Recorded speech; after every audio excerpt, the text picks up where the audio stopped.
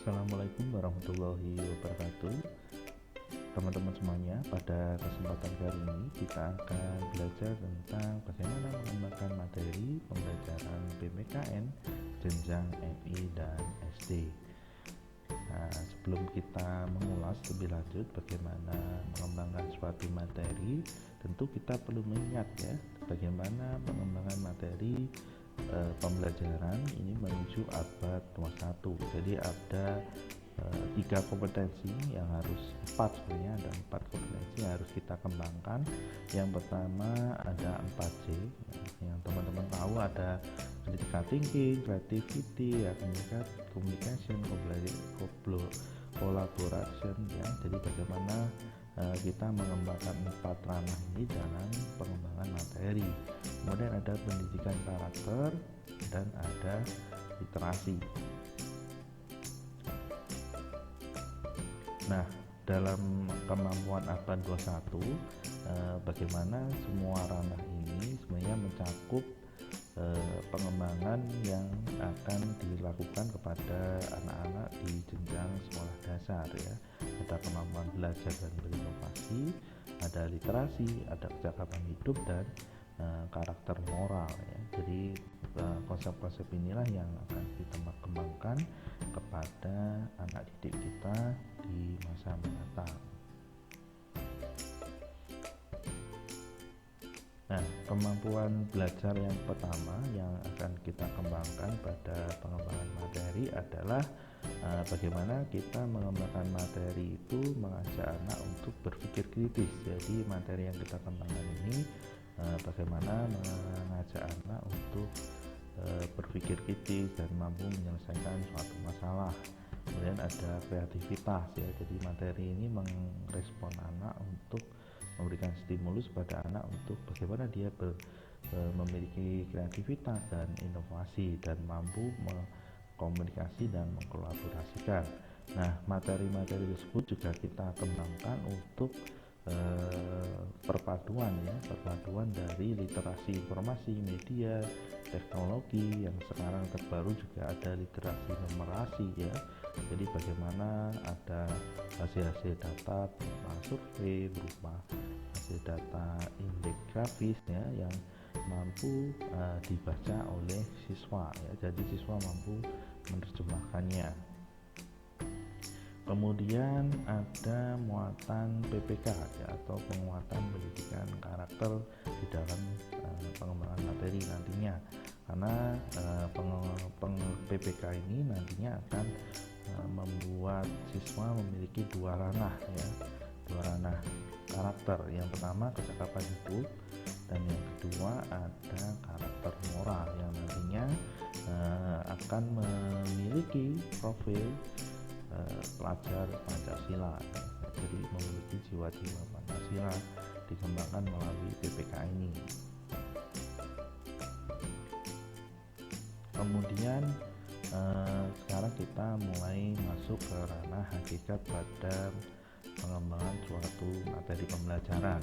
Kalau kita mengingat bahwa materi ini dikembangkan berdasarkan kurikulum yang dikembangkan oleh pemerintah untuk meningkatkan kompetensi dari seorang siswa ya. Jadi bagaimana seorang siswa ini ketika belajar di dalam jenjang sekolah mampu menguasai kompetensi dasar, paling dasar yang harus dimiliki. Tapi bisa jadi kompetensi itu tidak hanya pada dasar, nanti akan dikembangkan oleh guru berdasarkan kompetensi atau kemampuan dari siswa, bisa jadi lebih tinggi ya, tidak hanya pada level dasar. Kemudian bagaimana materi ini juga kita kembangkan melalui ranah tidak hanya pengetahuan, tapi juga ada keterampilan dan juga sikap ya. Nah, tahap selanjutnya adalah bagaimana kita menentukan alur dalam pengembangan materi ya, dimulai dari mengembangkan kompetensi dasar menjadi sebuah materi pokok, kemudian nanti kita turunkan menjadi indikator pencapaian kompetensi ya, kemudian turun menjadi suatu materi pembelajaran. Nah, materi pembelajaran ini kita kita bagi menjadi empat golongan ya, bisa kita katakan sebagai 4 golongan. Yang pertama adalah fakta, kemudian konsep, kemudian prosedur, dan prinsip.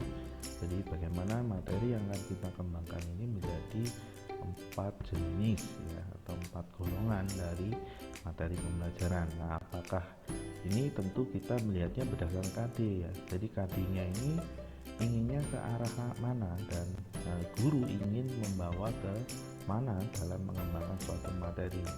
Apakah dari KD ini mau dikembangkan menjadi fakta, atau mau dijadikan sebagai konsep, sebagai prosedur, atau sebagai prinsip ya. Jadi bagaimana guru nanti akan atau teman-teman semuanya ketika mengembangkan materi melihat dari kompetensi dasar ya. Jadi kompetensi dasar yang ditentukan oleh pemerintah ya. Jadi ada pedoman atau acuan, panduan acuan yang akan dikembangkan oleh seorang guru dalam mengembangkan materi. Nanti teman-teman ya. Nah, kalau kita melihat definisi dari keempat tadi, yang pertama misalnya suatu konsep tentang fakta ya. Jadi contohnya, fakta ini adalah mengambil sesuatu gejala, peristiwa atau benda yang wujud, yang nyata, bisa ditangkap oleh panca indera atau bisa dilihat oleh mata si siswa ya. Misalnya contohnya lambang negara Indonesia bentuknya burung Garuda Pancasila, itu salah satu contoh materi fakta. Jadi nanti tinggal bagaimana gurunya ini mengembangkan kompetensinya. Kemudian contoh lain misalnya mengembangkan fakta berupa presiden dan wakil presiden ya, atau mungkin mengembangkan materi simbol-simbol yang ada di dalam perisai burung Garuda. Nah, ini adalah contoh-contoh fakta. Kemudian yang kedua ada jenis suatu materi, yaitu berbentuk konsep ya. Jadi bagaimana suatu materi kita kembangkan berdasarkan kesamaan atau keterhubungan dari sekelompok benda atau sifat, misalnya laki-laki, perempuan ya, anak perempuan dasar. Kalau dari Pancasila misalnya sila pertama, sila kedua, sila ketiga, keempat, dan seterusnya. Atau misalnya tentang Bhinneka Tunggal Ika ya, itu suatu konsep. Nah, jadi banyak pemikiran ya. Kemudian yang materi yang ketiga, jenis pengembangan materi yang ketiga adalah suatu prosedur ya. Jadi bagaimana prosedur ini mengembangkan suatu materi yang berhubungan dengan kemampuan siswa dalam menjelaskan secara sistematis tentang sesuatu ya. Misalnya menjelaskan urutan dari sila-sila dalam Pancasila, kemudian urutan misalnya urutan dari sistem pemerintah yang ada di Indonesia, misalnya dari presiden, dari gubernur, dari bupati, kemudian camat, kemudian kepala desa, RW, RT ya. Itu adalah suatu prosedur atau langkah-langkah, misalnya langkah-langkah dalam penyusunan suatu proyek terkait sosial ya. Jadi misalnya proyek tentang gotong royong atau tentang musyawarah ya. Jadi prosedur-prosedur tentang bagaimana cara mengambil rapat secara musyawarah ya, voting ya, atau voting. Jadi bagaimana ada prosedurnya. Kemudian yang terakhir adalah prinsip. Jadi bagaimana hubungan antara dua konsep kemudian diuji dengan fakta yang ada di lapangan, kemudian ditarik suatu kesimpulan. Misalnya antara materi fakta dan materi konsep ini seperti apa hubungannya. Misalnya sila kedua, kemanusiaan yang adil dan beradab. Nah, faktanya di lapangan masih banyak teman-teman siswa yang lain itu melakukan kasus bullying, padahal ini kan harusnya beradab, kemanusiaan yang adil dan beradab ya. Jadi bagaimana memandang seseorang itu sama satu dengan yang lain, tapi faktanya ada kasus bullying. Nah, itu nanti akan menjadi suatu prinsip ya. Jadi bagaimana prinsip mencegah bullying di sekolah ya, itu salah satu contohnya. Nah,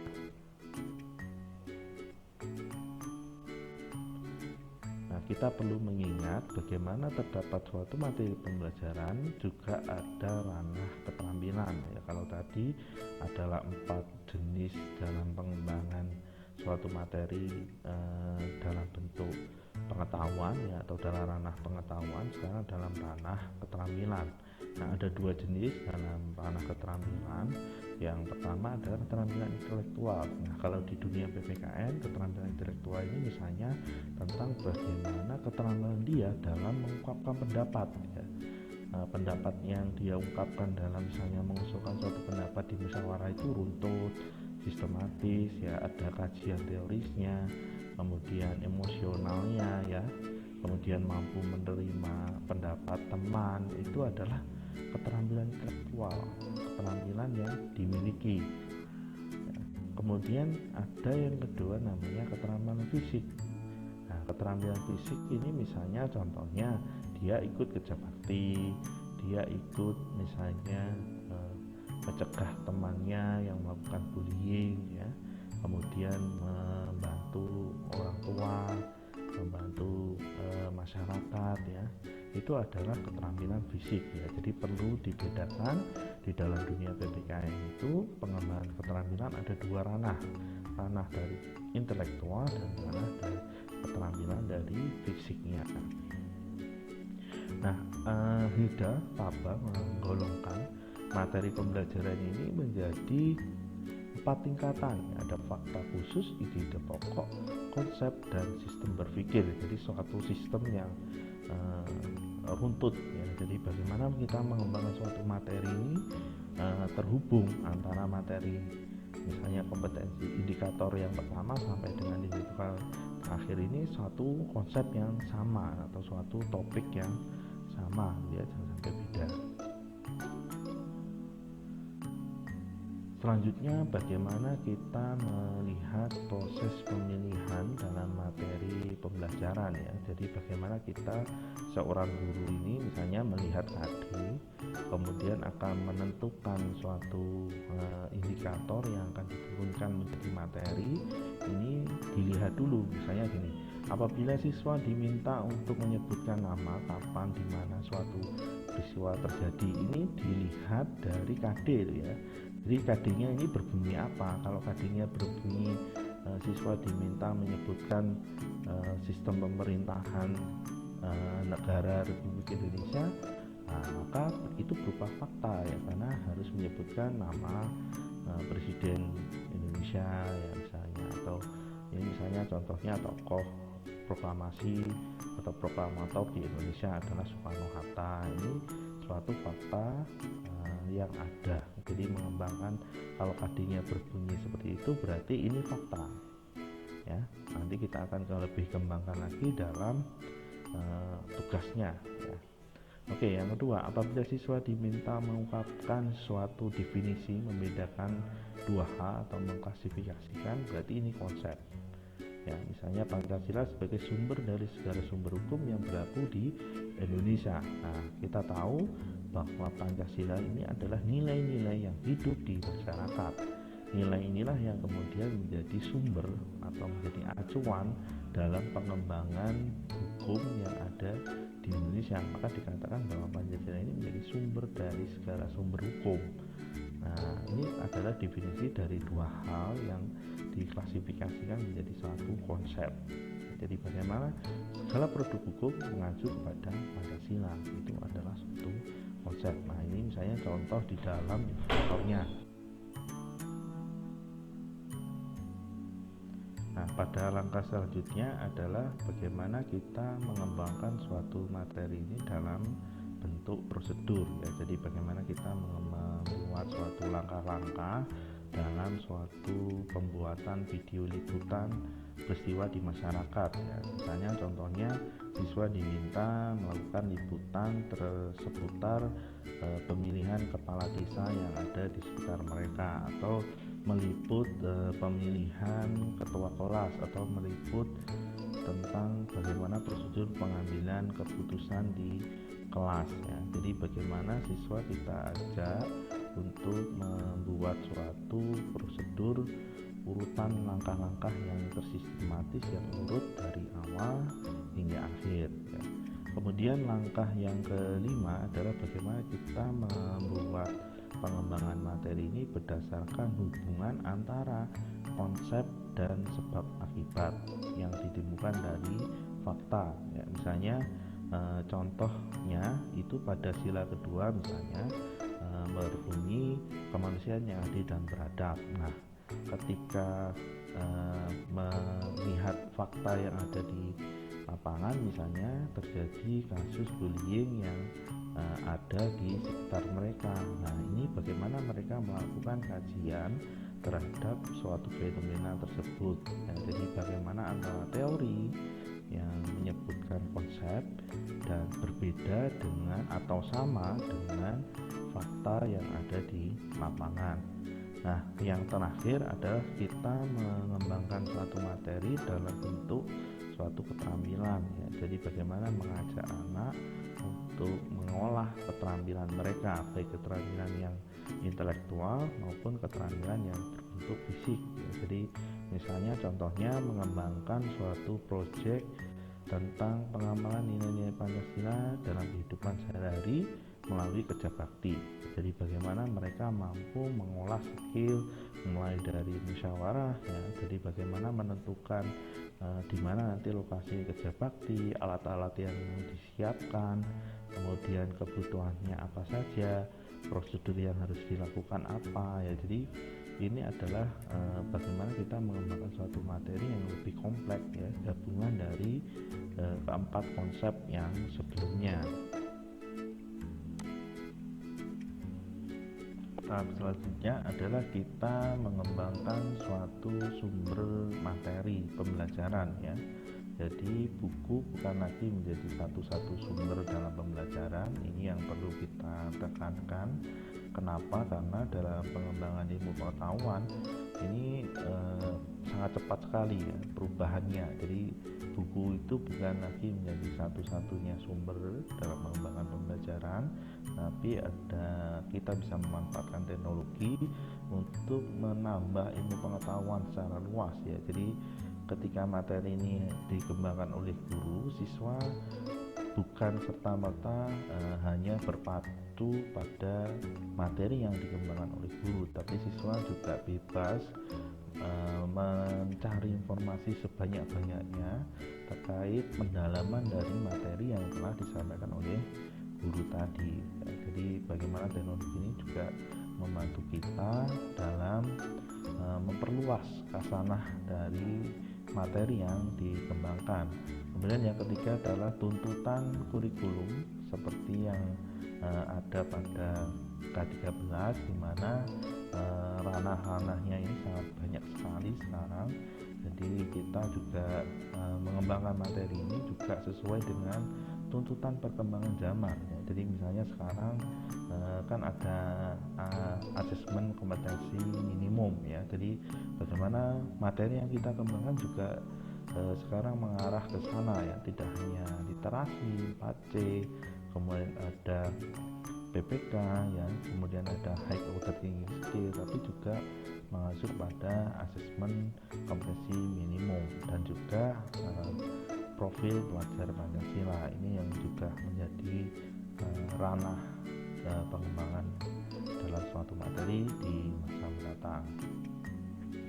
Kemudian kita juga melihat dari pengembangan sumber materi ini ada tempat atau lingkungan yang mempengaruhi, kemudian ada orang atau narasumber, kemudian ada objek dari sumber dari pengembangan materi, kemudian ada bahan cetak maupun bahan non cetak. Jadi ketika mengembangkan suatu materi kita juga perlu melihat faktor-faktor ini ya, faktor-faktor dari pengembangan suatu materi.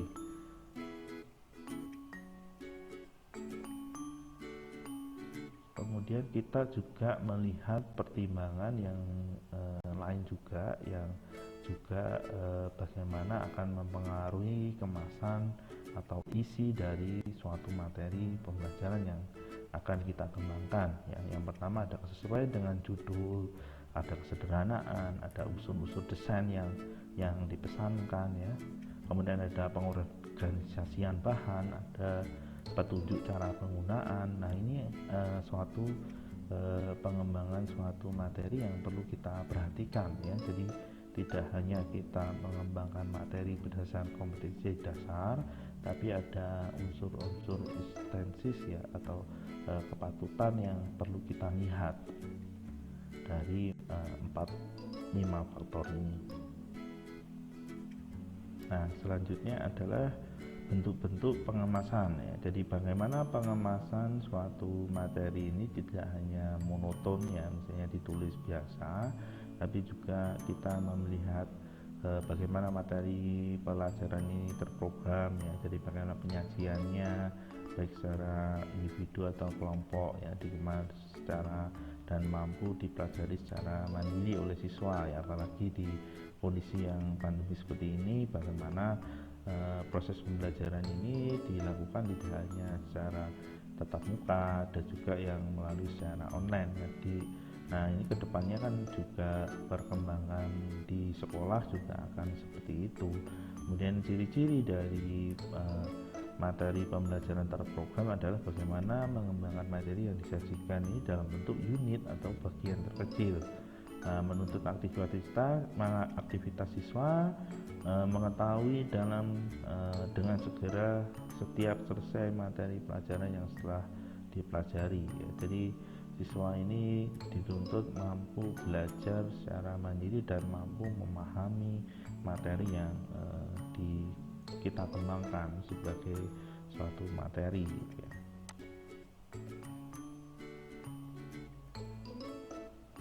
Selanjutnya adalah bagaimana materi ini yang kita kembangkan ini berbentuk melalui modul ya. Jadi tadi ada melalui buku yang secara terprogram, ada pengembangan materi pelajar melalui modul. Jadi modul ada suatu kesatuan program yang lengkap sehingga dapat dipelajari oleh siswa secara individu ya. Berisi minimal ada tujuan, ada petunjuk, ada kegiatan, ada rangkuman tugas, sumber bacaan, item-item tes ya, ada kriteria keberhasilan dan kunci jawaban. Ini ada salah satu contoh modul ya. Misalnya ini yang sudah saya contohkan di pertemuan pertama, ada buku yang sudah saya buat. Nah, itu adalah salah satu contoh bentuk modul ya. Jadi teman-teman mampu mengembangkan petunjuk ini. Kemudian yang selanjutnya kita mengembangkan dalam bentuk materi pelajaran kompilasi ya. Materi kompilasi ini adalah bahan ajar yang disusun dengan pengambilan bagian-bagian yang dianggap perlu menjadi suatu sumber belajar atau menggabungkan menjadi satu kesatuan untuk dipelajari oleh siswa. Jadi lebih ringkas daripada modul. Kalau modul mungkin ada bagian yang banyak ya. Kalau kompilasi ini hanya poin-poin yang dianggap penting untuk siswa pelajari. Nah, penyusunannya perlu mempertimbangkan adanya tujuan, adanya kemukaan ya, atau ringkasan bahan yang dikompilasi, kemudian ada jelas petunjuknya, ada alat tes, ada penyekat antar bahan. Jadi lebih simpelnya dibandingkan dengan modul.